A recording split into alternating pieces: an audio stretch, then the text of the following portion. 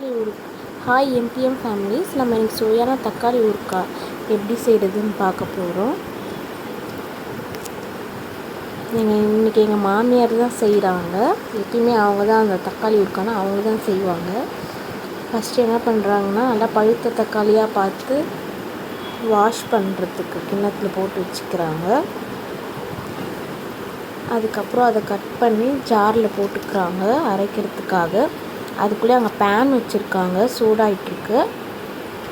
நம்ம அதில் ஒரு ஸ்பூன் எண்ணெய் விட்டுட்டு கட்டி பெருங்காயம் ஒரு பீஸு, அதுக்கப்புறம் ஒரு ஸ்பூன் கடுகு, அரை ஸ்பூன் வெந்தயம் போடுறாங்க. உங்கள்கிட்ட கட்டி பெருங்காயம் இல்லைனா தூள் பெருங்காயம் கூட யூஸ் பண்ணிக்கலாம். அது நல்லா எண்ணெயில் பொரியுது.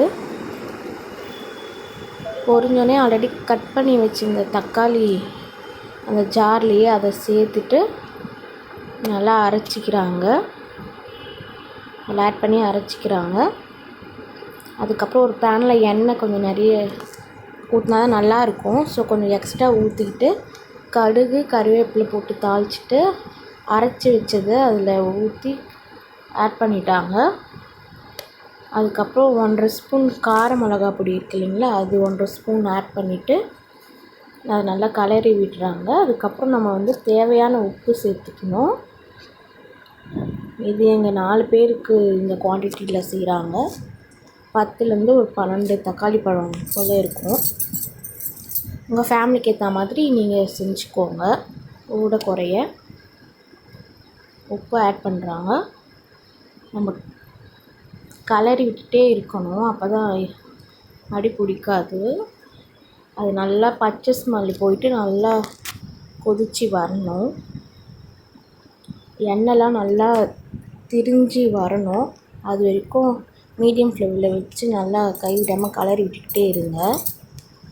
இது 1 வீக் கூட வச்சு சாப்பிடலாம் ஃப்ரிட்ஜில். இது சப்பாத்தி, இட்லி, தோசை எல்லாத்துக்குமே நல்லாயிருக்கும். ரைஸ் கூட நம்ம அதில் போட்டு மிக்ஸ் பண்ணி சாப்பிட்டா சூப்பராக இருக்கும்.